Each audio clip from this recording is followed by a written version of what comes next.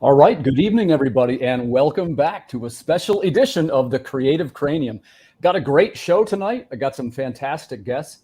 Can't wait to bring it to you. Tonight, we're going to talk a little bit about building your brand. So join us as we meet some of the hottest creators in today's indie market. Great place to start, fellas. First, thanks so much for coming on the show.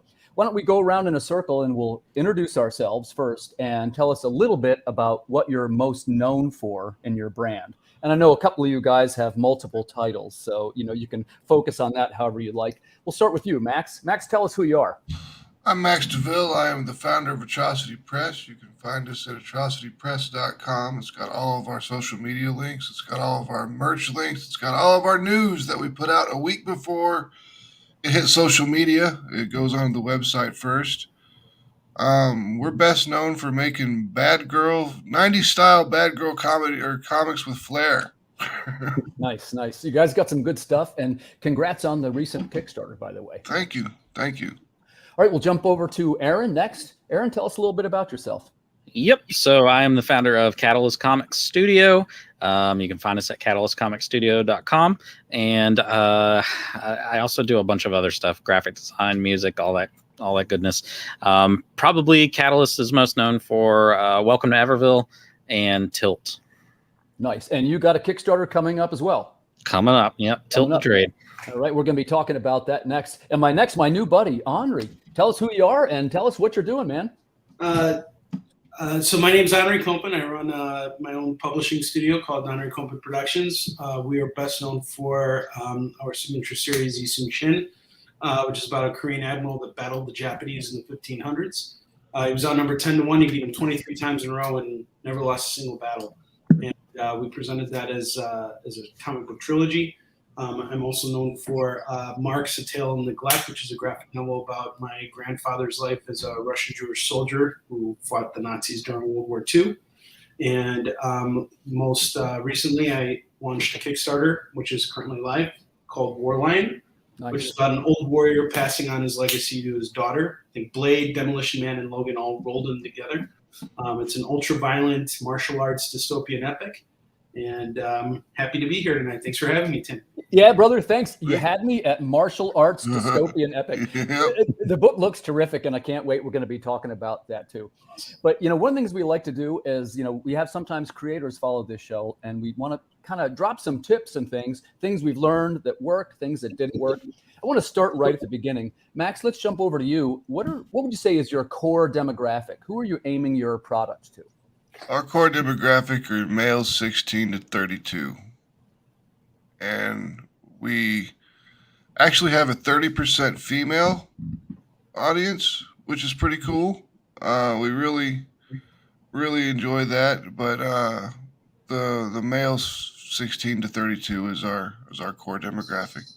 That's a pretty good spot, man. That's a pretty typical spot for graphic novels and comic productions, I would say. Yeah. Especially when you're doing bad girl comic books. Right. Which, man, are increasingly popular. And anybody who has an appreciation for, carefully crafted line art of the female form. Yeah, it's super cool stories. I mean, you guys are known for having some killer art too, and we're gonna show some of that. We definitely have some killer artists on our team. So, Aaron, tell me a little bit now. If you guys don't know, I know Aaron a little bit. I've been fortunate enough to have him work on some of our stuff in a design capacity, and I'm a fan of his stuff. Aaron, who do you think is your core demographic? Yeah, so ours is mostly guys about, I think it's 13 to 35.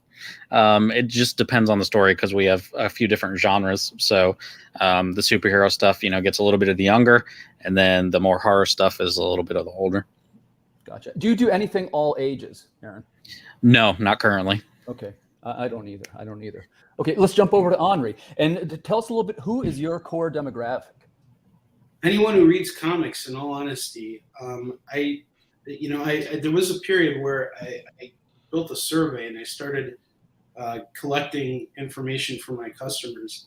And it's interesting, the consistency there. You find out that it's like, men, ages from like late teens to, early or to 40s or, 50s, things like that. But I did notice that we have a lot of female audiences, and Usually when I go to cons, I'll pitch anyone who walks by me. So I don't really think about who my target is. I mean, I know that my books aren't really aimed for kids, and sometimes I have kids who are interested in buying my work, and I always have to let their parents know that, like, hey, this is not for kids. But you'd be surprised. You'd be surprised how often parents will be like, well, how bad is it? And I'm like, well, Game of Thrones, bad. There's some sexual content, and I'll show it to them, and they'll be like, oh, we can handle it, and they'll just buy it anyway, which is, I mean, at least I did my due diligence. And then there's times when I do that and I don't get the sale, But I always just, to me, I'm not really targeting specific people. It's just anybody. If you read comics, then you're my target. Yeah, the big tent principle. Right. Big tent, you're all welcome. Yes, exactly. Yeah, I'm of course just learning about your work, Onrie. It looks terrific, and it also it's a little bit of a, am I correct? A little bit of a thinking man's comic. Well, I think every comic is a thinking man's comic. In all honesty, I just read a really great series today called No Heroine, and it was written by Frank Gogol and illustrated by Chris Madden. And it was about it was published by Source Point Press, and it was about a recovered addict who was hunting vampires. It seems like a very simple story, but it really deals with personal issues that the writer himself dealt with. And it all goes to, dealing with addiction and his experiences with it as we see it through this character. And Frank Gogol himself has a bit of controversy around him as a creator, but, I thought that the book was really well done, and it's a thinking man's comic. I think that's what I think is so great, and why I think so many people should read comics, is because you have a collaboration of a writer or an artist, or someone who handles both of those things, trying to tell a story that captivates you on two levels in ways that prose form necessarily can't. It's very different. It's something unique unto itself. Yeah, I appreciate you saying that, and that's well said. That's we sometimes forget, I think, that. Well, and of course, I'm not trying to in any way disparage art or make it a lower tier than it is, but it's really the blend of the two, right? It's the storytelling in a visual format that makes it the genre that it is. Mm-hmm. So, Max, let's jump back to you. So we know who your demographic is. What are some things that you are doing to reach that demographic? And when I ask this question, I mean things other than social media. We've already talked about the social media elements. Like, what are some things that you might be trying? Hey, how do I reach the 16 to 52-year-olds, 32-year-olds, excuse me? 16 to 32-year-olds. We do a lot of, we've done a few conventions, reach out to people that way. Johnny owns a comic shop, so it helps us a lot because we have a home base. Yeah, that's genius right there, man. That's a terrific angle. Yeah, so we pick up a lot of sales through comic shops or through Johnny's comic shop.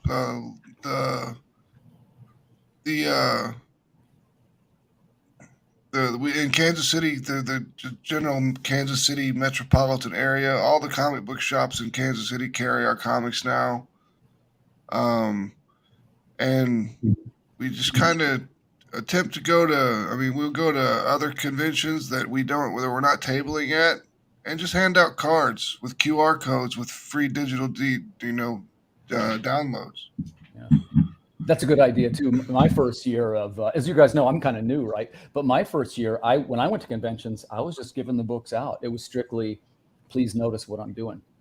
Yeah, we used to give out physical editions of the books to people, but then we realized that people really didn't care that much about them, and they just kind of either toss them away or just hold on to them, and you never see them again. Sure. So I figured the digital way, with the downloading and the digital, we can track how many people are actually downloading the book, and it'll give us some Google Analytics information, and we can analyze who is picking them up. And that's kind of how we found out that we've got a 30% female audience. It's through Google Analytics. Good to know. It's valuable information. Yeah, it certainly is. Aaron, how about you? And what kind of steps do you take? And how are you reaching your demographic? Yeah, so with ours, kind of like Onrie, we're not really, that's not our target. We don't really care. That might sound bad, but whatever. I don't really care who the audience is as long as somebody's picking up the book and reading it. The thing that we did that I think helped the most was our email list, was finding ways to grow that email list, because what I've noticed is, because I do podcasting and everything as well, is I've been looking at the analytics lately, and I've realized that a lot more people interact with our email list than even interact with the podcast. So I'm trying to put a little more effort into what I want to put into the email list. But smartest thing that we did was Instagram. Anytime we got a follow, they get a quick message from us that, thanks them for following us, and here's a digital download for free. Usually till 1 is what we put in there. So we try to just go ahead and give that out free, and then see if they vibe with it. And if they do, then they usually stick around, and we don't really lose a lot of email subscribers. So. Do you mind if I ask you, first of all, how do you build your email address? Do you use a service, or what did you use? Yeah, we use MailChimp still currently until I decide to make a switch. But MailChimp's going through a lot of stuff. So I know a lot of people are kind of abandoning ship, and I'm still looking at possibly doing that ourselves. That's what I heard too, and that's why I ask. You hear a lot of things. MailChimp in the beginning. Hey, Pops, how you doing, man? I just wanted to pop in and say, hi, Max, long time no see. Pops, man, my man, what's up? What's up, dude? Got a great lineup tonight, Pops. Got all the heavy hitters. I got to meet Onrie once, and he was really busy, and it was like, I'll come back around, because he was at a con, he was working. I was like, I'll come back around, I'll interview you. And then we couldn't find him again unless when he wasn't like just swamped with people. His booth is lit up. Man, he is very motivated. He draws people to what he's doing in his sales. I love his whole atmosphere around him when he's doing the con. Now, one of these times I'm gonna get to actually slide up in there and talk to him for a minute. Hey man, your timing is great, because I'm just gonna ask him this question. It's his turn. So Onrie, let's move that over to you. Like, what kind of things are you doing to engage your demographic? And obviously conventions is part of it, but if there's some other stuff, tell us about that too. Well, first off, I want to go back to what Max said about the QR code. I think that's really innovative, and that's something I've been utilizing as well. Aaron, the email list, this is so important. We collect email information from all of our customers. We have QR codes on the back of all of our books, letting people know where they can get in touch with me through social media and everything. This is just so crucial to everything that you're doing. Even if people don't buy stuff from you, just scanning that QR code is fantastic. One of my biggest tools, I would say, on a convention floor is bookmarks, because that's something that's expendable that you can give away for free. Yeah. Bookmarks. Look at that. Yeah, it's beautiful. Yeah, and the best part about it is people will use it. They will actually take it, and it's like a business card that you're giving away. This is actually from Max's first campaign. Yep. Very first campaign. First one. Yeah, and the bookmarks, I actually use them. That's why they're actually they're fantastic. I use them too. It's great. And honestly, my next step is to put QR codes onto the bookmarks. So I'm actually, it's a good plan. Working on that. But I did see a unique bookmark. Check this. This is leather, guys. Oh wow! It's leather. That's pretty cool. Probably didn't cost a whole lot to make that. I'm curious to know what the cost per unit on that is. Yeah, really. I'm gonna find out. I will tell you. I see creators selling bookmarks, like leather-bound bookmarks. Yeah. And, I just wanted to pop in though and say hi to you guys. I don't want to steal Timothy's show. I did want to let you guys know, since this is, this is like you're gonna need more than an hour, Tim. There's nobody behind you. Okay, man. All right. You guys, and just a quick thing to Pops, man, thanks for the support of the Comics Related Madness Network. You guys have been terrific supporting indie creators. And I got to mention, this is our 25th episode. Nice. Congrats, man. That's a milestone right there. I can't believe it. I can't believe it. If you would have told me that's what would happen, I wouldn't have believed you. On the half centennial. Launch your, And before you know it, you'll be at 250. I want to give a shout out to those guys at Cosma Natalia. We launched them last night about this time, and they funded before the 24-hour mark. I was like, congratulations. Sweet. Congratulations, team. And by the way, stuff. we'll have give a quick plug. We'll have Randy here next Thursday. I'll be meeting him for the first, or excuse me, next Friday. I keep forgetting my day's Friday now instead of Thursday. Still adjusting. all right, I'm gonna get out of here. You guys have a great night, man. Thanks, Pops. Pops, great seeing you, brother. Yeah, You too, appreciate man. you, buddy. So we'll jump back to Max. So we were talking about the demographic, right? And I think, is it fair to say none of us actually choose our demographic? Honestly, mine is about the same as you fellas, but I don't really like to focus. I want to talk about you guys, right? So I guess my question for Max would be, did you intentionally pursue that demographic, or option B, are you just making what you like and you hope that they come? We just make what we like and hope that they show up, and then they have been showing up. So we've got our standard, our main demographic of the 16 through 32, and then you got your 18 through 40, or 18 through 45, and then your 24 through 50 or whatever. I can't remember the exact specific demographic breakdowns that they have, but we're hitting them all. But our strongest is 16 to 32. Okay.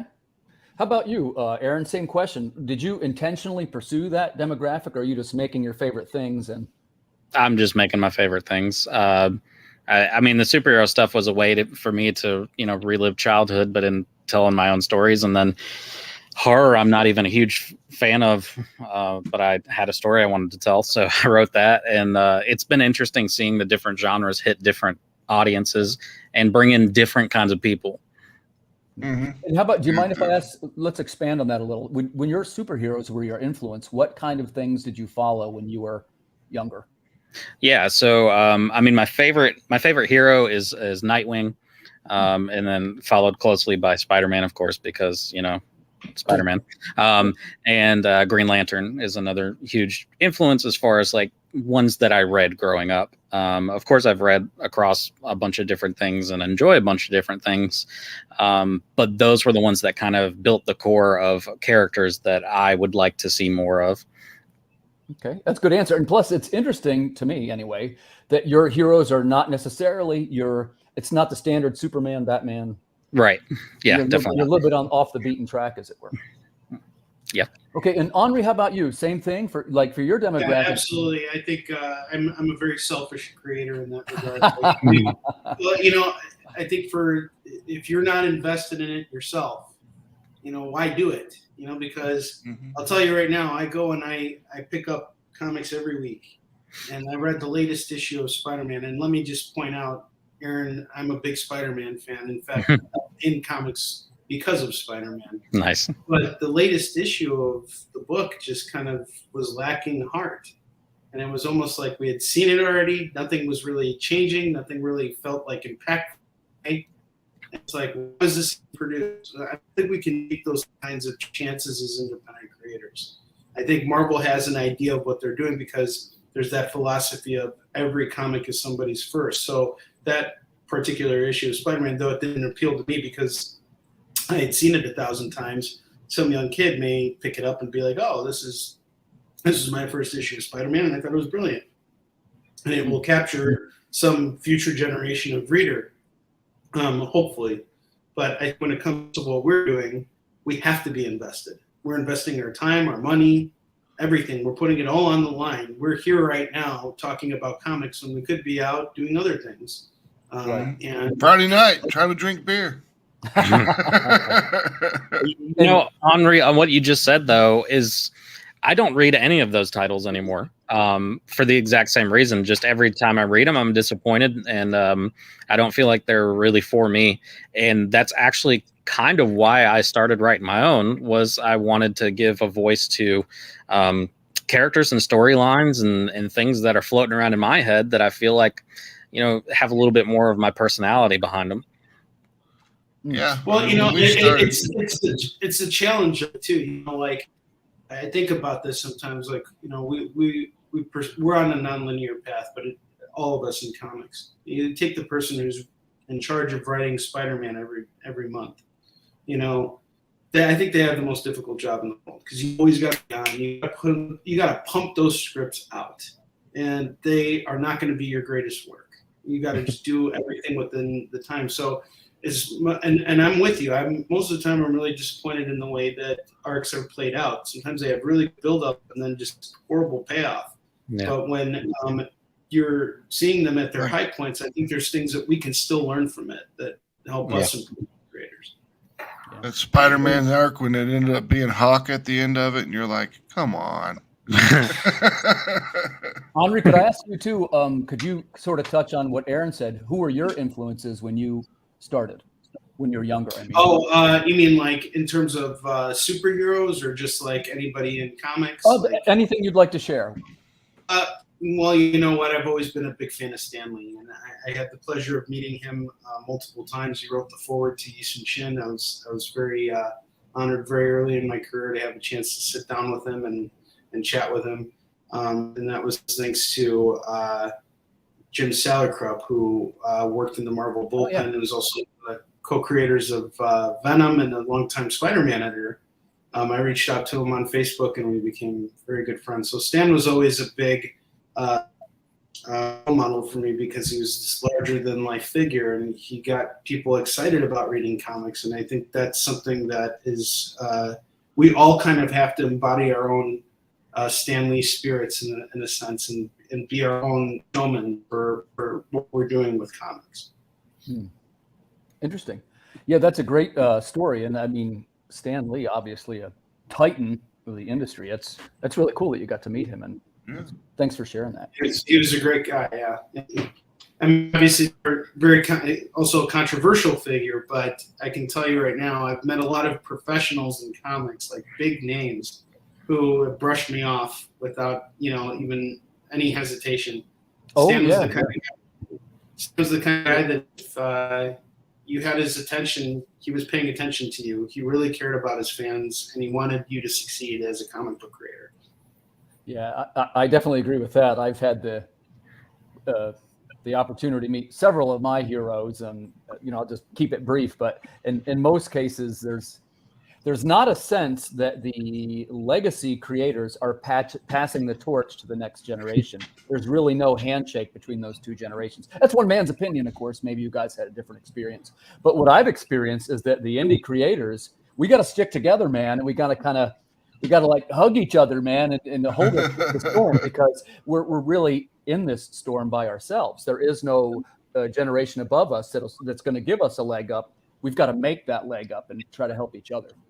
Oh, yeah, for sure. I mean, comics have become, it's always been a marketplace, but it's become almost a cutthroat marketplace now. Because we're in the middle of an independent renaissance right now.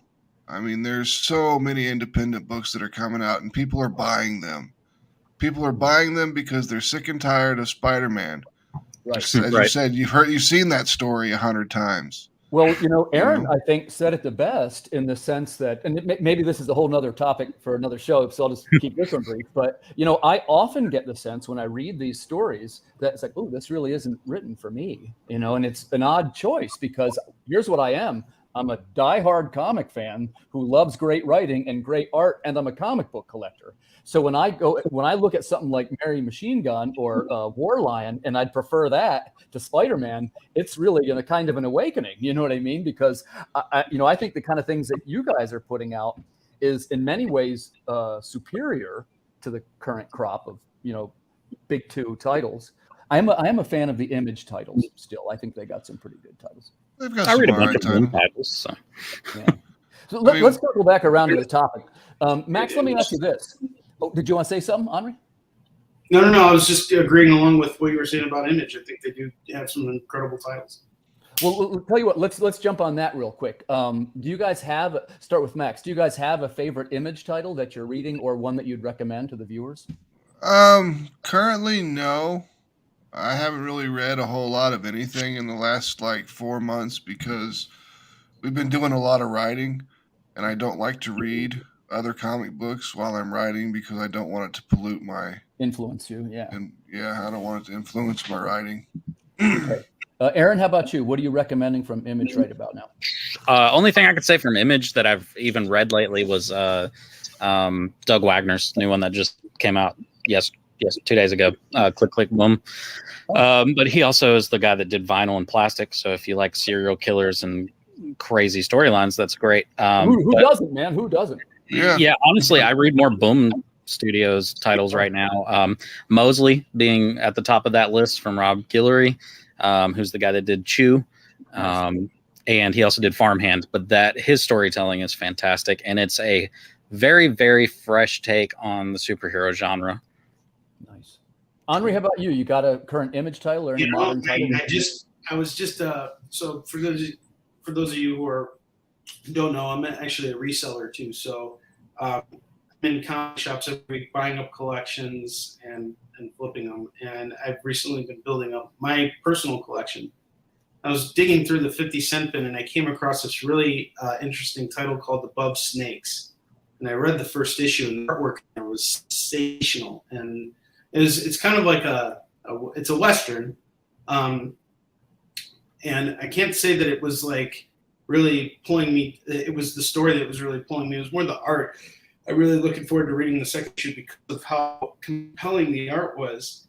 And I do love to read comics while I'm creating because I am looking for that sense of inspiration. Like I like to look at other cool layouts and challenge myself when I see that stuff and be like, oh, well, that's not your typical 4-panel layout or a 6-panel layout or a 9-panel layout. They did something cool here. Like one thing I'll never forget was reading Batman 6 from the what's up, Fish? Hey, Fish. Batman 6 my man. From Scott Snyder and Greg Capullo's run. And I remember reading that issue, and it was like it actually had you turning the comic upside down, and then you were reading it right to left. And it could only work with print, but it was so fascinating the way that they got me to do this. I thought that was fantastic. That is something that I think we need to constantly expose ourselves to so we can challenge ourselves to do cool stuff in comics and give readers a new experience what we're doing. Yeah, good answer, man. I'd buy that. So let's circle back around to the topic. Max, what are some things, we talked about the ways that we're going to reach this demographic. And the truth is the market is filled with challenges, right? So what's some examples of things that you did to reach the demographic, but it didn't work? Do any come to mind of, strategies that did not work? No. I mean, most of our stuff has been successful in different levels, one way or another. We did go to an anime convention, and that didn't really pan out so well. Can you tell us a little bit more, expand on that? Why didn't it work well? The kids were just there for cosplay and anime. Okay. So, I mean, that's all they really wanted was cosplay and picking up their Japanese version of whatever. They wanted the original first prints, and they're looking for all these different things. And I didn't think that many people collected anime, but they apparently do. I'm like, God, this is a lot more than collecting comic books because you got 10 anime novels or books, and that's about a short box full. Yeah. Those books are thick. Aaron, how about you? Do you have any suggestions? Like, what are some things that you might have tried that didn't work? Yeah, don't go to any cons if you only have a single comic book. If you only have one title, it's not worth it.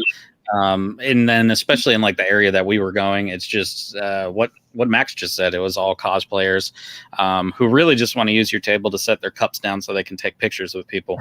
So that was a blunder. And then don't run a Kickstarter unless you actually know people that are going to back it first, because our first Kickstarter was just one of the most taxing times of my life. And it was because we were just like, everyone said they like our stuff. I guess they'll probably back it. And then I'm sure you guys know that's not always the case. Not always the case. Onrie, how about you? You had a bunch of successful things in a row. What are some things for you that might not have worked that you would recommend to the viewers?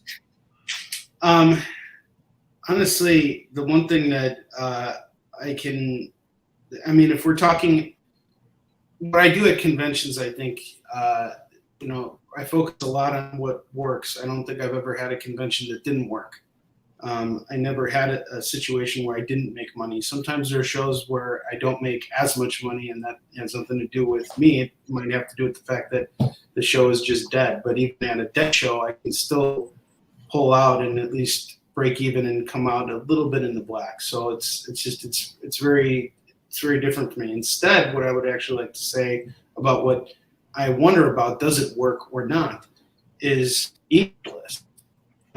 I think about this right now. Honestly, I'm going to be completely straightforward with you guys.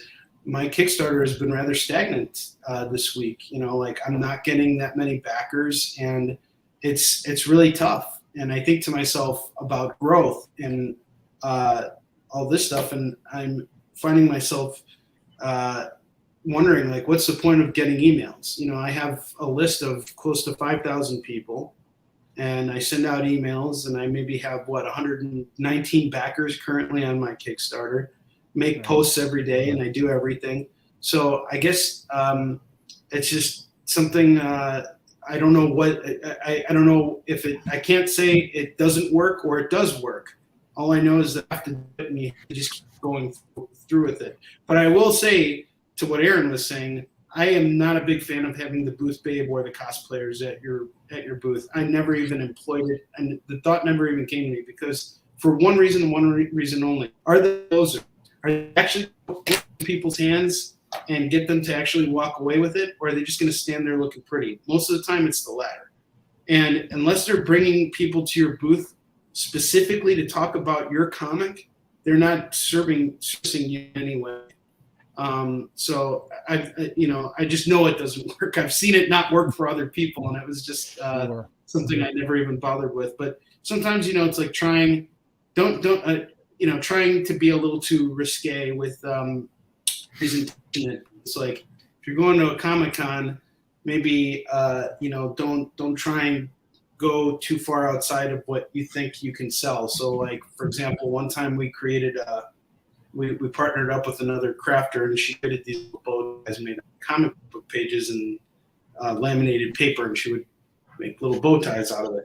So we tried that, and it's not like we ordered heavy on it. We just had 20 of them, but none of them sold because no one wants that, So if you're going to take a risk with having even T-shirts, just keep in mind that the likelihood of your T-shirt selling is not very high. It's going to sell to the people who are really invested in what you're doing and have been fans for a while.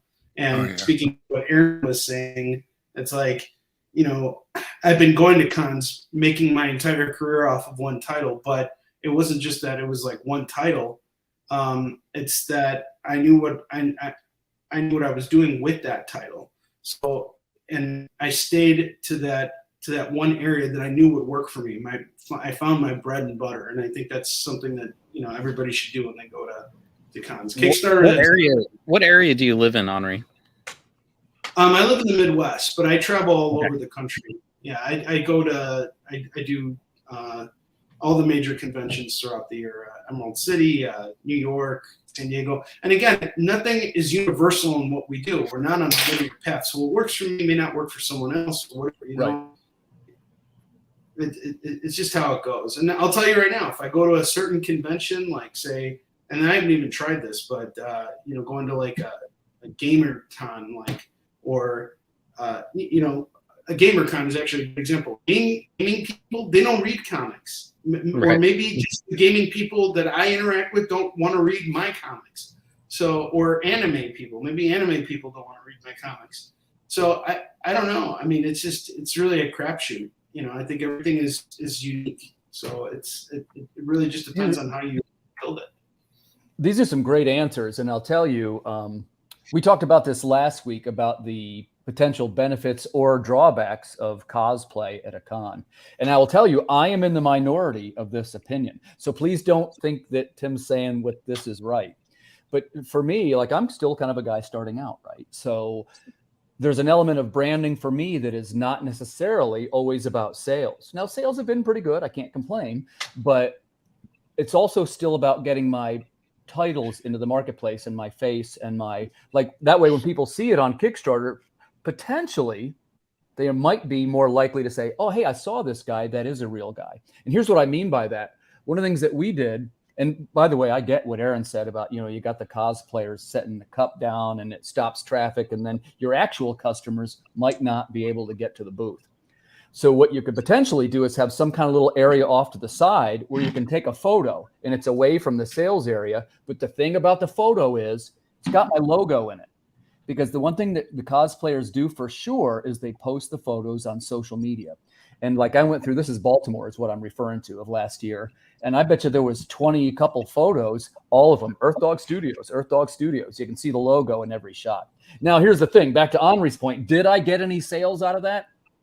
It's difficult to gauge. But I can tell you that on the last Kickstarter, I didn't have the dead spot like I always had before. So, little by little, I think that the name of the studio is getting to be a little bit more, I want to be a real studio. I want people to see the name and say, well, that guy's pretty real. But I will tell you, everybody I talked to last week all agreed with you guys. I'm out on an island about this. So maybe don't listen to me on this one. But, that's something that I would say, what's the right way to say this? We talk about building a brand. The objective to build the brand is that you're going to get more sales. It isn't necessarily I'm going to get more sales so I can build the brand. That's a little bit backwards. So in the real world, if you were selling T-shirts or coffee mugs or whatever your lifelong dream is, you're going to have to take it on the chin for a couple of weeks, if not a couple of months. You're going to lose money while you get the product out into the marketplace, which tends to be things like people seeing it, maybe somebody famous drinking out of your coffee mug, all that nonsense. So getting eyes on is the most important part. Yeah. And by the way, I'm just kind of venting here. I'm not saying I know the right answer for sure, but I guess what I'm trying to say gently is there's probably a lot of elements that build the brand that are not necessarily sales. Mm-hmm. If that makes any sense? Yep. So let's talk a little bit about merch. It seems like, we're all of one mind about cosplay other than me. But, when we talk about the types of merch that you guys offer, and which are successful and which are not. Because, that's a great example. Hey, you got somebody out in public, they got a War Lion t-shirt, they got a Tilt baseball cap, whatever we decided. Max, for Merry Machine Gun, what type of merch are you guys offering with your campaigns? With the campaigns, we offer mostly just the catch-up tiers with the books. We offer, one of our biggest sellers is our trading cards, because we do a whole set of trading cards every year, mm-hmm. and they rotate out every year to who we've got set up, and it actually gives people something to it's like a chase card back in the day, if you remember those. It gives people something to collect. What's up, Niobe Comics? What's up, Larry? Yeah, we got to have him on here. That's some great, in my opinion, great brand building from Niobe Comics. Mm-hmm. And by the way, just to sort of chime in, that's a pretty good example of a recognizable brand, right? Yeah. So he's doing a lot of things right. Aaron, let's come back to you. So done a couple of Kickstarters. What types of merch have you offered in the past? And did you notice what worked and what didn't work? The weird stuff works for us. Like, Wait, what do you mean by, expand on that, please. Yeah. So, the one we have coming up, there's a couple of panels in issue 4 where Tilt picks up a white VW Beetle and throws it through a window. So I thought of a random thing. Well, Matt thought of a random thing. So I went and bought a little white VW Beetle and I smashed it with a hammer, and then I signed the side of it. So there's going to be signed VW Beetles. Okay, that is kind of cool. I'll give you that. That's pretty cool. Well, we do things that we think are dumb and fun. We had one last job, which was a spy thing, and everybody that was a day one backer, they got a fake mustache. And then, we went on shows wearing fake mustaches, even though I have a beard. So I just put it on top. We like to do things that we think are fun And then the other thing with Tilt is we're doing instead of WWJD, we're going to do WWTD, and just kind of play off of that whole 90s vibe. Nice. That's a pretty cool concept too, and I love the VW thing. Yeah, Onrie, that was awesome. Onrie, how about you? So you've had a number of successful campaigns. What kind of things worked for your brand, and which ones do you feel didn't really work?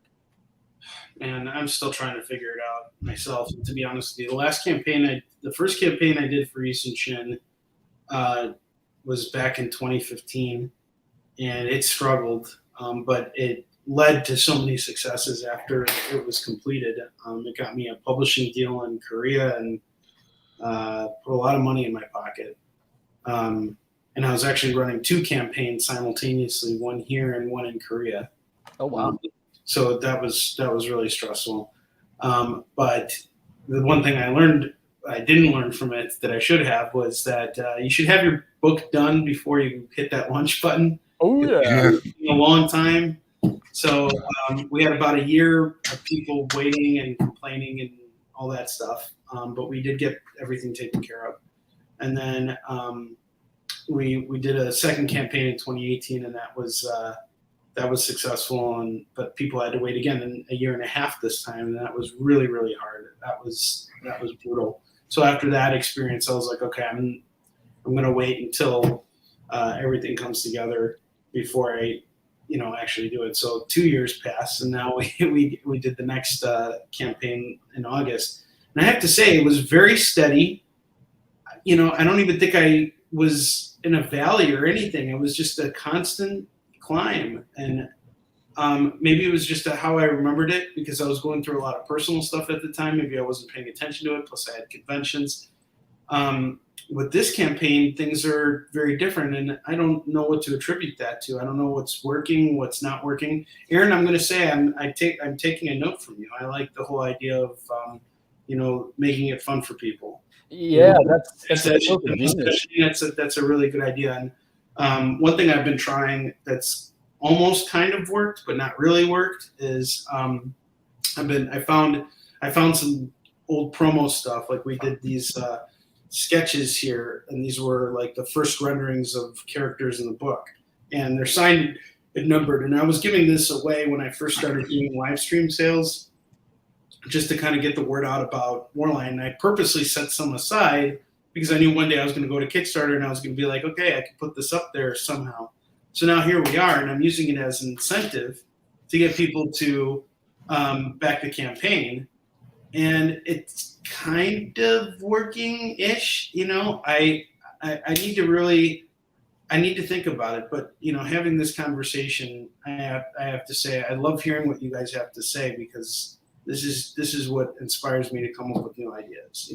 I appreciate you saying that. And, it's one of the things that I try to do with this show is, I'm quick to point out, I'm the guy that does not know the answers. Like, I try stuff, and I've had stuff go pretty far sideways that did work and didn't work. I am a trading card guy. You guys mentioned that. That's the last one, the Chrome Enhanced ID card. That one's been real popular. It sold out 2 times. And for the current one, which Aaron was involved in, these came out great. We got they're cryptid trading cards, and of course they're on Chrome, and it sort of looks like a mirrored surface. Like, it looks like they're stepping through from another dimension. That was the concept, and they came out really great. And it was a thing where people wrote to me afterward, a couple of them, and said things like, "Hey, can I get a couple extras?" or "How do I get the whole set?" Things like that. So you're going to see me going more into the trading card water than into the T-shirt and hat water. Yeah, T-shirts and hats, that they didn't sell well for us, and then they were just a super huge pain in the ass to ship, because they don't fit in a Gemini. You got to get them. Max and I were talking about this backstage. I'll just quick share this experience with a very nice hat making lady that I dealt with, and they were very professional and super nice. And what the concept was, this is for the Water Wars book, which is a little bit military stuff. And it was a Chinese infantry marching hat, if you know what I mean by that. And the symbol, instead of being the star, it was the Water Wars logo. And it looked like something you'd wear going into battle, right? And she was asking me, "Oh, what kind of stitching would you like?" And you can have like the raised embroidery. And, I'm 20 minutes into this conversation, and I went, "You know what? I don't want to be a hat maker. I should be writing right now. And I said, hey, thank you very much for your time. And I cut the cord on that. So again, that's one man's opinion. That's something I did not do. I'd love to go back toward more like Aaron's concept. What kind of things are making it fun again? You know what I mean? Yeah, we've done a lot of really cool, fun things, like with our Neo Tokyo thing. We did whenever someone bought the book, it came with a letter that made it look like you had signed up for a service in the future. It was a healthcare service, and you had a number on your. It was a little dog tag that I had taped to the inside of all the letters. The dog tag had a number on it that was like your patient number. And there was, if you went to the website listed in the letter, you could log in with your patient number, and it took you to a different page that looked like it had been hacked by somebody and was put out a deal. And it was a short story. It was a 12-page short story that people could download for free. Gotcha. And only 50 people found it, because we had a counter on the page. Only 50 people had found it. So I probably should mention real quick, if you're interested, the other thing we do is the maps. They're Chrome enhanced maps. And you can see they show the locations of everything that happened. So if you're a map nerd like me, that's been that's been very popular every time. But tell you what, let's jump over and do a call to action. One of the great things about the people that I'm meeting tonight is they are the modern creators in today's scene. We're talking a little bit about Mary Machine Gun. This is the trade paperback that Max is promoting. Let's do a call to action. That's over there right now. Congratulations on already funding. Thank you.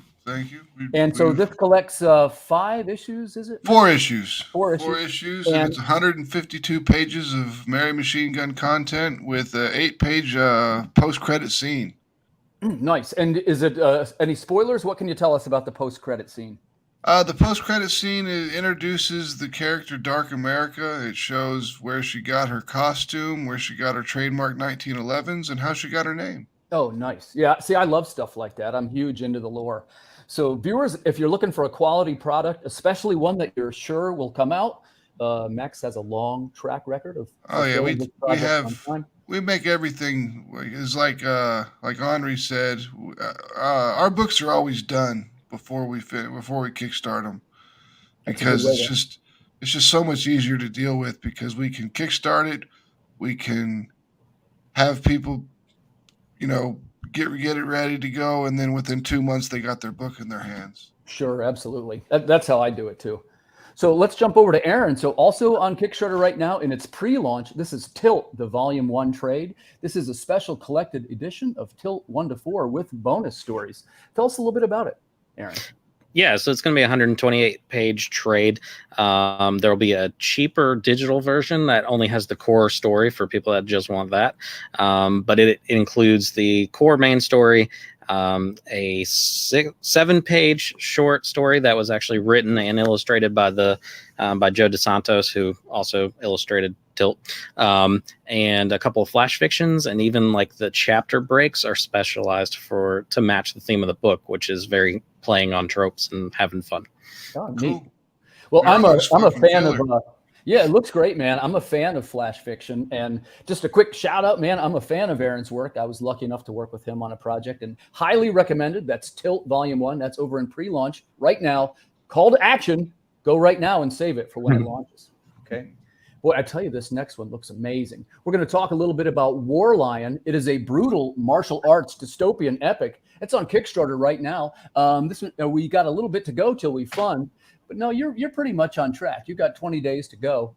Tell us a little bit about, the more I see this, Onrie, the more I like it. Can you tell us a little bit about how you got the idea for it? Warline was actually my COVID machination, and what happened was conventions were kind of put to a halt pretty abruptly in 2020, and that's how I make my money. That's what I've been doing full time for over a decade now. And once cons were put to a halt, I'm like, what the hell do I do? So around June, there was a convention that was supposed to be held in Tampa, and everybody was really skeptical about doing it. But I was like, no, I want to go back and I want to work. I don't want to file for unemployment. I don't want to do any of that stuff. I got a business I'm building. I'm on track with it. let me go work.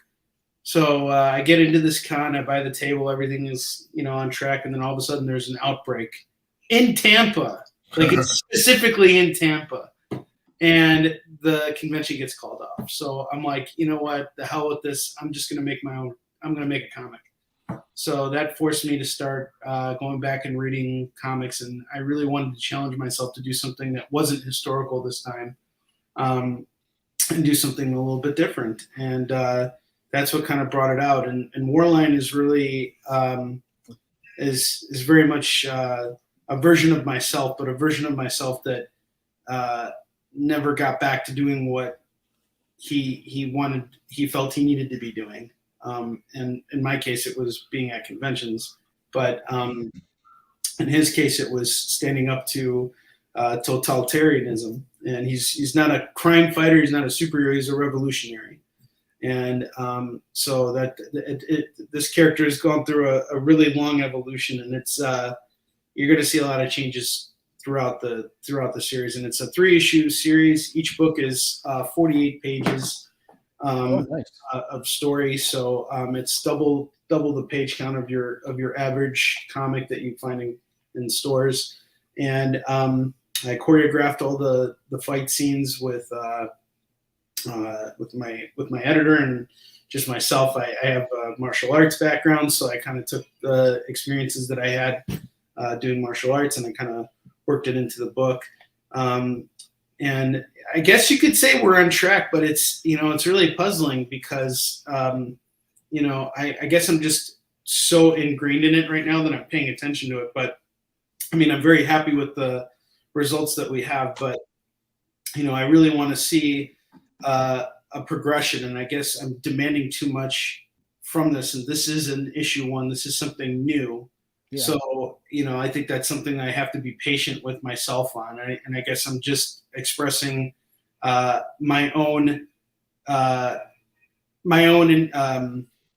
insecurities, or not insecurities, demands for myself, so to speak. So, I'm very candid in that regard. But, I can say I'm not. I reassure myself, and I'm very, very grateful to our almost 120 backers who have, decided to give this a shot. I know it's not easy when you're starting a new comic, and anybody who's read Yi Shin before, you're going to feel right at home with Warline. In fact, the same art team that worked on Yi Shin is heavily involved with Warline. So, and we have some really cool variant covers.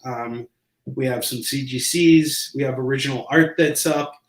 And some really cool stuff. So I hope we can hit our goal.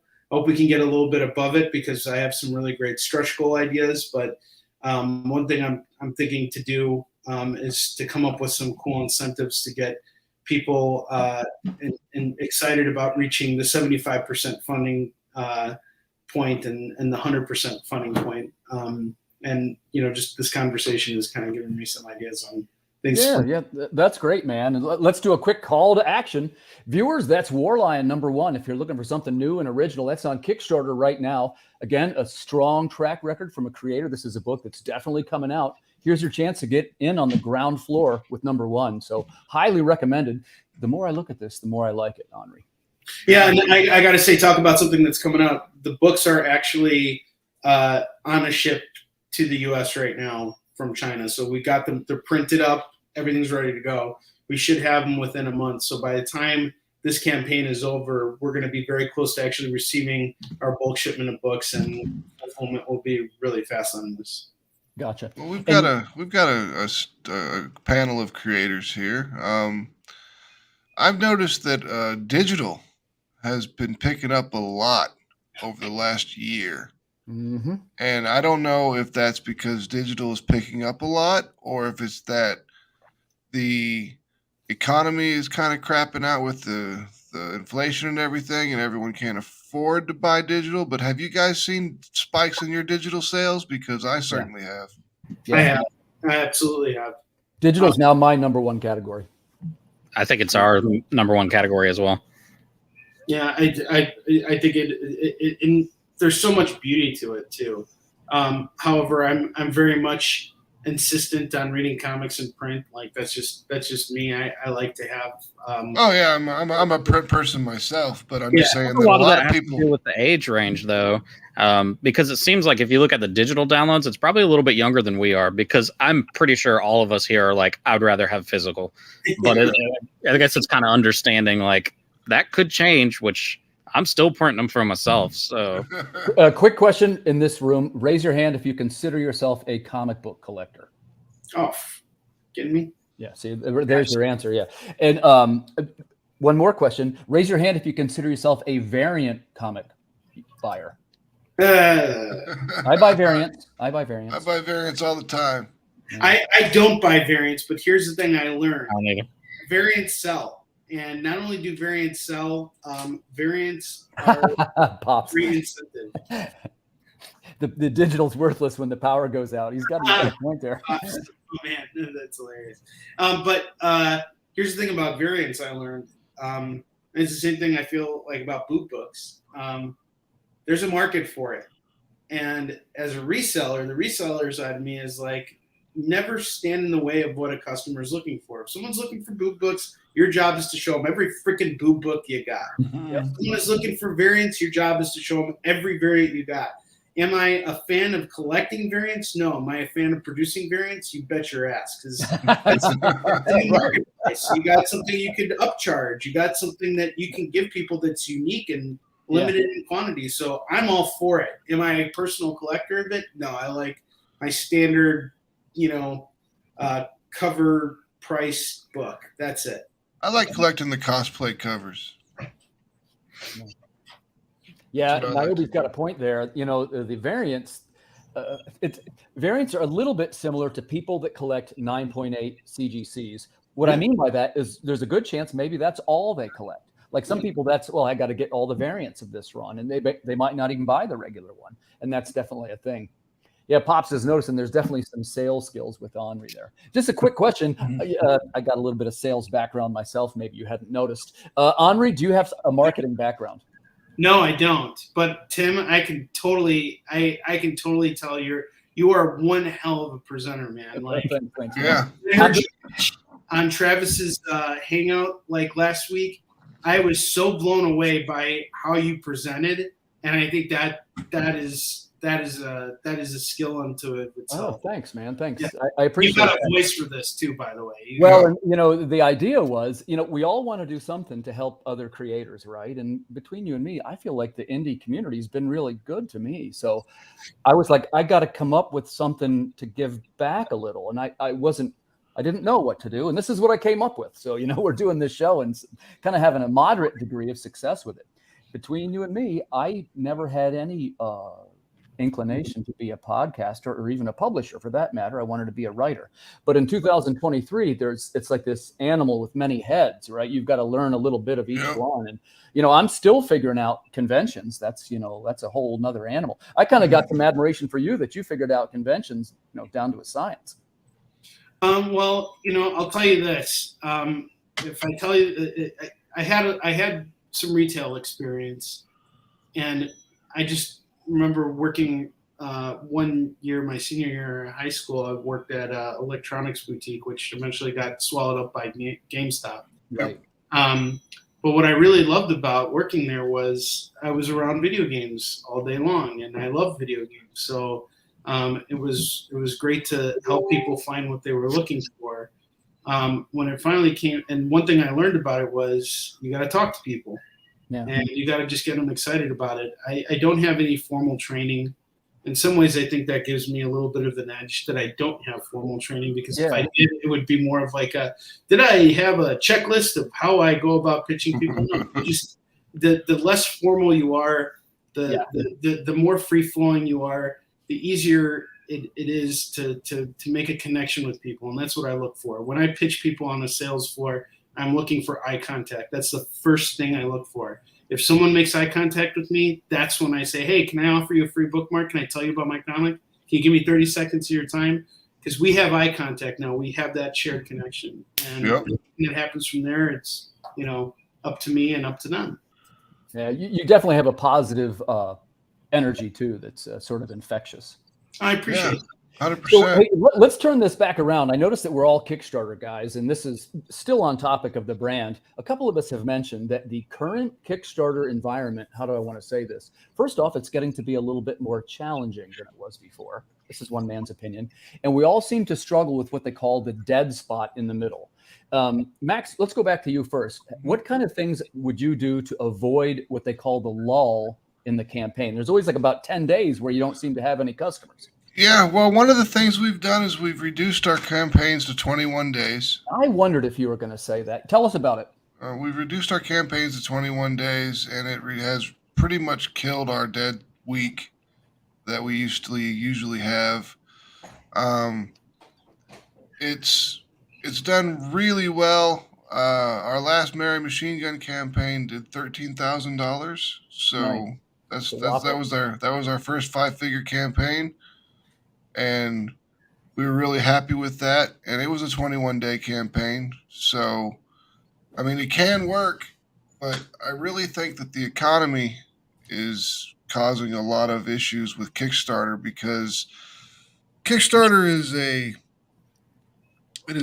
a boutique style sales platform.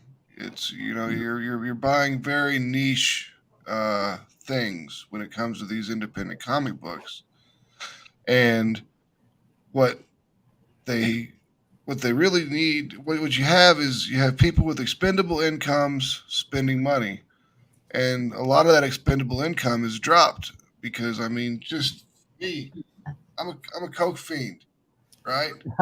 This stuff has doubled in price since a year ago. So everything is getting more expensive, and a lot of people don't have that money to spend on a $20 comic book anymore, or a $15 comic book, or a $10 comic book anymore. Which is why I was asking if you guys had seen a rise in digital, because I'm trying to figure out if the rise in digital is just a paradigm shift, or if it is a economics thing. I think it's a little of both. Could be. You're right. You might be right. So, Aaron, how about you? So you've done some Kickstarter campaigns before. Do you have any techniques that you would recommend to newer people? What kind of things have worked to prevent a lull in the middle of the campaign? I think we're going on our 7th campaign, and the only thing I can say is I just play more video games during that time period. That is the best Honestly, advice ever. That is the best advice ever. I'm actually thinking to myself right now, I need a new video game. Thank you, Aaron. I mean, just you got to do something to take your mind off of it.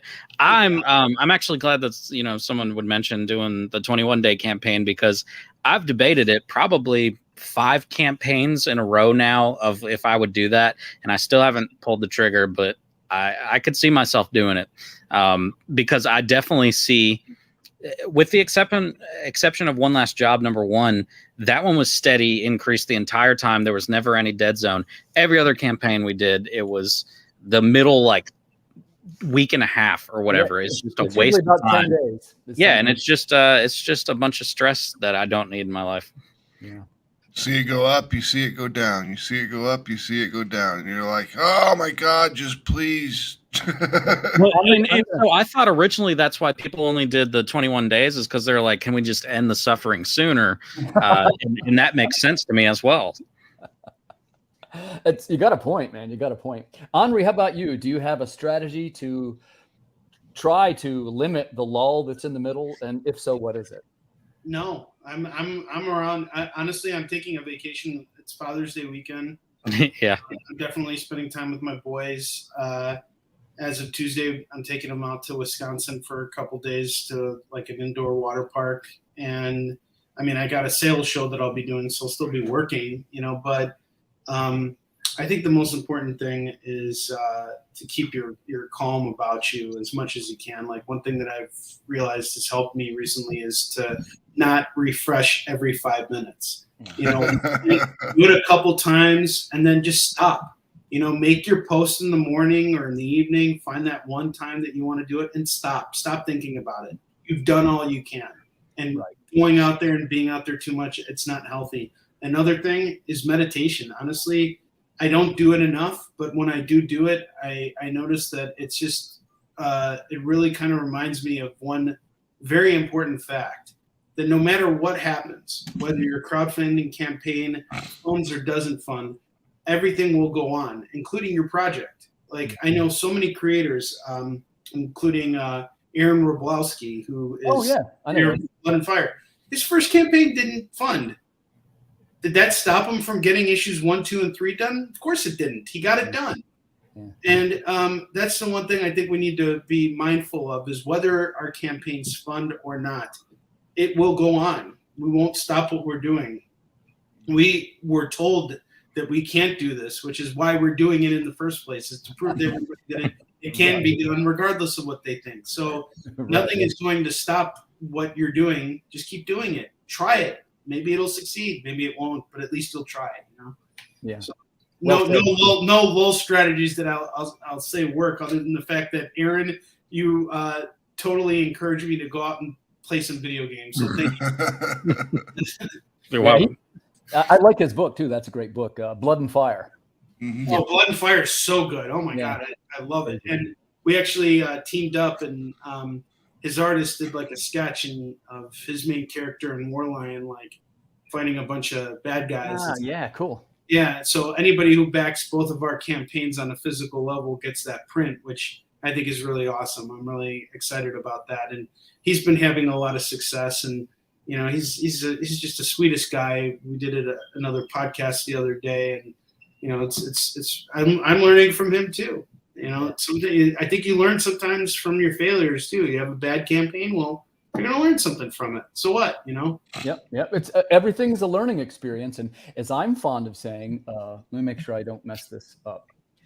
We're all a little bit afraid of failure. It's normal to be afraid of failure, but failure is one of the steps on the road to success. Mm-hmm. You're not actually going backwards. Like if you're headed toward success, you're probably going to have at least one, or if not many, failures on the way. So when you hit that, it's a little bit of a Zen perspective, right? You can kind of take a deep breath. There it is. There's my failure. I got that out of the way. Now let's keep going. Failure teaches us more about ourselves and about our products than success does. Yeah, I'd buy that. Let me ask this question to the group. So, you know, we're talking about building our brand tonight, and there's many different ways that you can do it. And unless I missed my guess here, we're also all Kickstarter creators. Has anybody else in this group attempted any of the other crowdfunding sites like Zoop, Crowdfunder? Yeah, I've been on Indiegogo a few times, but Kickstarter is it's a lot better about pushing your products to their customer base than Indiegogo is. Indiegogo, you basically have to bring your audience to the platform, which is very difficult, especially when you're a Kickstarter promoter or a Kickstarter producer, and a lot of people, they just choose one platform to use. You know, I mean, it's just like everybody else chooses one everything. You know, do you like McDonald's or Burger King better? Do you like Pizza Hut or Papa John's better? And everyone's going to choose their one thing that they typically use because people are creatures of habit. Right. Aaron, how about you? Do you use any of the other sites? So on our last Tilt issue 4, we put it up on Indiegogo, and I maybe only kept it on there for like a couple of weeks before I was like, all right, well, I don't want to put the effort into this myself, so whatever. So I closed that down. But I think I'm open to it. I've thought about it for this one too. This is our first trade. I've thought about putting it over there because I know there's a lot of superhero stuff on Indiegogo. Mm-hmm. It's hard on Kickstarter, whereas like our other titles, they did fine on Kickstarter, but doing superhero stuff is just difficult. Right. And look, a couple of people have said, and there seems to be something to it, that the Kickstarter water is getting so crowded now that it's difficult to kind of stand out. I don't know how true that is, because one of the elements why I chose it is, of course, Kickstarter has its own built-in set of customers already. Like I don't actually have a Zoop account or a Crowdfunder account. So to me, as much as I might want to check out some of those other projects, I'm a little bit limited by, I really don't want to sign up for one more thing and give my credit card out, and that's not ripping on them or anything. Not, like I'm trying to learn it too, but it's just something I haven't done yet. Yeah. I think, like I said, I'm willing to try other things if I can see some sort of return on investment. And I don't even mean monetary. I mean time investment, because I have to set it up on Indiegogo if I want to do it after. That stuff takes work. Then you got to monitor it, and it's a little bit different because then it's basically just a storefront. It's not doing a campaign anymore. Right. Whereas, with Kickstarter, I'll say that I'm glad that we did Kickstarter first and that we've continuously used it, because it's built our own integrated base. So I have old campaigns that I can go message everybody on and let them know about the new stuff. And I could not imagine having to start all of that from scratch on a different platform. Doing it all over again. Yeah, I would lose my mind, because it's going to be different people too, and you just don't know how they're going to respond to anything. So I'm thankful that we started when we did, especially in the climate now. I will say, though, I've noticed, I think the waters are getting a little bit clearer than they were. 2020, I felt like was the bubble when everybody was at home. So 2020 and early 2021, everybody was at home and they're like, I'm going to make that comic that I've been talking about doing since I was a child. And so there's that huge bubble. And ever since then, I think it's been in recovery mode. I've seen a lot of my friends that do comic books that you would never think would not fund. But then they've turned around, and since then it's kind of gotten better for them. So I don't know. I don't know how to explain the current market, because the comic book market right now is a mess anyway. So there's a lot of projects on Kickstarter, but there's not as many projects on Kickstarter as there has been in the last couple of years. And right. I think you're right. There's a lot of people that were like, I'm going to make this comic book that I've been thinking about forever, or I've got this vanity project that I want to do, and it either doesn't make them their $50,000, $60,000 that they thought it was going to make them, or they don't fund or whatever, and then they've exited the marketplace because they didn't get what they wanted out of it, which is fine. You can exit the marketplace. The more people that exit the marketplace, the more shelf space I've got. There is for you. Onrie, let me pitch this question to you. First of all, have you ever used any of the other crowdfunding sites? And tell us a little bit about your strategy. I have not, but I am interested in using Zoop. Yeah. Just to do something lightning round. So, like I have an issue of Gising Shinn that just went back to press, and the print costs were pretty minimal. It's like $1,500 plus the cost of freighting it and everything. So it's going to add up to about like $3,000 for 5,000 units. So I was interested in going on there and just trying to raise $1,500. Like, why the heck not? So that's something I'm looking into, possibly doing a Zoop campaign, and doing a 21-day campaign. I think is brilliant. And just to try it, because I don't think now would be the time for me to go use Kickstarter for Gising Shinn, because I don't have a new issue out. I'd just be kind of like hitting the same thing. And there's a time and place for it. But again, the economic situation, it's like, I think it's tough right now to ask a lot from people. So maybe the asks need to come down. Maybe instead of trying to raise $7,500, I'm wondering, should I have just tried to shoot for maybe, $5,000 and just gotten to where I would get, but I don't know. I'm still very new to crowdfunding, because again, my business model has always been conventions. That's where I'm the most effective. But I think in order to grow, I have to get better at crowdfunding, and so I'm learning more about it as I go, and hopefully I'll figure it out eventually. Yeah, you'll nail it, I'm sure. Yeah. So I do have I got one more question I'll do one more question, and then we'll do a last shout out as we wrap this up. So we all spoke about the digital elements and how important it is now. I sell digital copies on my website, which is earthdogstudios.com, if you're so inclined. But I also want to ask, does anybody use Amazon for their digital copies, or do they use Global Comics or anything like that? Max, how about you? Do you have any external sources for digital distribution? And if you do, how did you choose it? We're on Global Comics and we're on Drive Through Comics.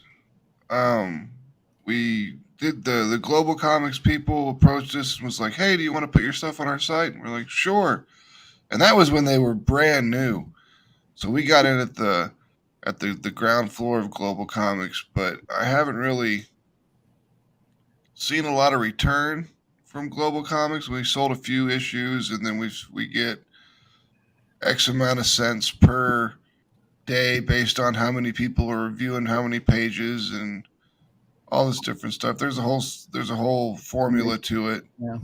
But yeah, we haven't done Amazon yet. If I do Amazon, I want to do Amazon as a physical copies of my Amazon books, but I'd have to get the UPCs put on the back of the book for Amazon because they require it. And right.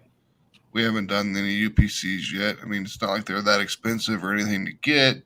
It's just we haven't had any reason to do them yet. Quick show of hands. Do you guys do ISBN numbers and UPC codes? Raise your hand if you do. Just skew it. Okay. What do you mean skew it? Like I'll do like a SKU code so that shops can still inventory it. Oh, but it's not through ISBN. Yeah. No. Oh, gotcha. Okay, good to know. So, Aaron, let's jump over to you. Are you a Global Comics and Amazon? Tell us a little bit about if you use it and how you chose it. We had some of them on Amazon. I took them all down. Tell me why. Well, I just didn't think it was worth it. I wasn't going to put the effort into advertising it when I could advertise other stuff, because they could take a cut when I could just have people come straight to the website and buy the digital comic, and I get all the money. So it just cost effectively didn't matter. But I will say that the trade's definitely going to end up on Amazon because that just makes sense. And then most of our books that are not hero related, they're on Global Comics. And then after the campaign, I'll finally start putting the superhero stuff on Global Comics. I like them a lot. Same thing where it's like, it's not a whole lot, but like, at least people are reading it. It's a very, very clean site, very good people to work with and talk to. And they actually care about the community too. And so hopefully the more that one grows, we'll all get some traffic from it.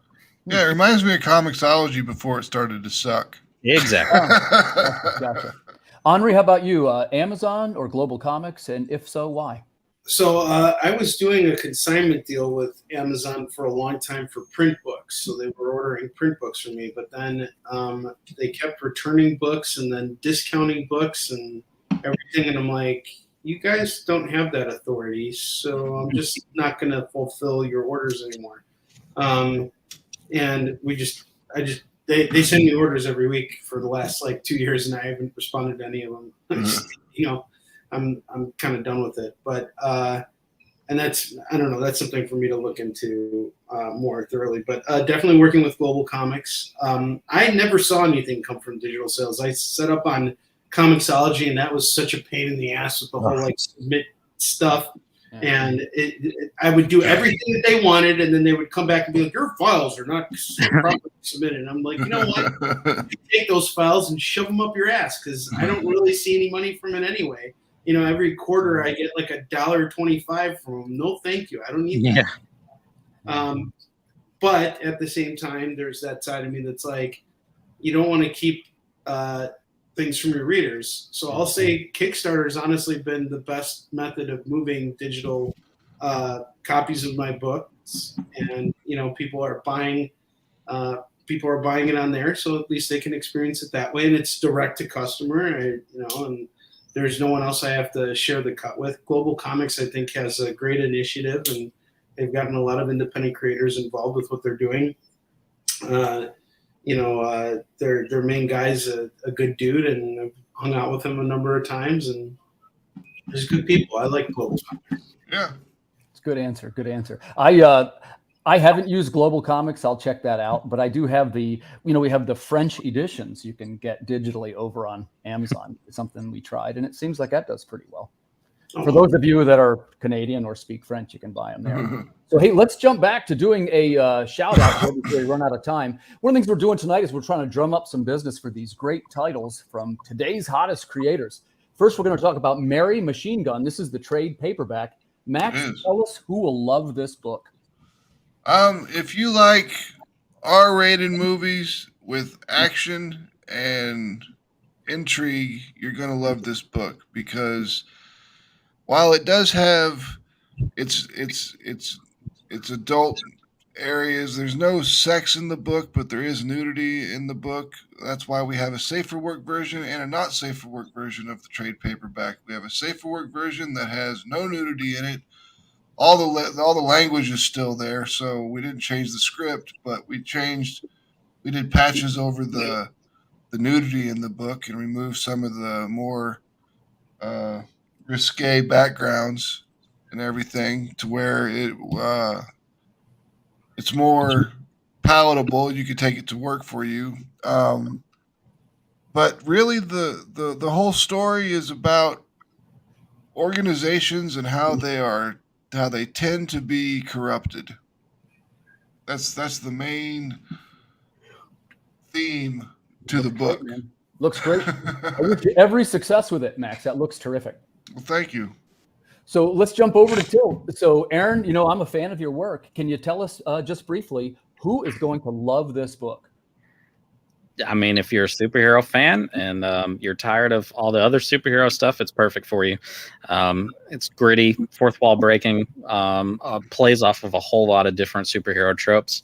So it has a lot of fun elements to it as well, but it also has quite a bit of depth. It's a character that was taken as a teenager and experimented on, and then trained to be a mercenary for a global secretive organization.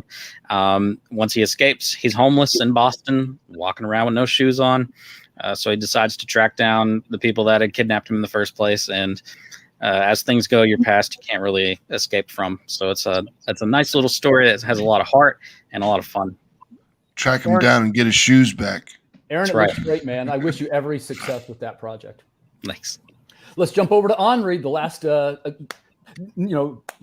thing to talk about tonight is War Lion #1. I think this looks terrific. Onrie, tell us who is going to love this book. Anybody who is a fan of superhero titles, I think will feel right at home with this. Even though War Lion himself is not a superhero, it's still got that same dynamic action that your superhero title will have.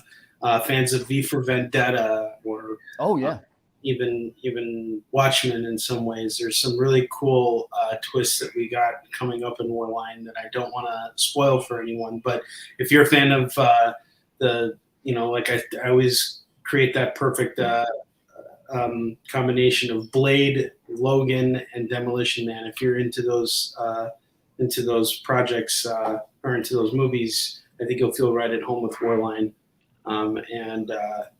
It's martial arts action, and it's a lot of.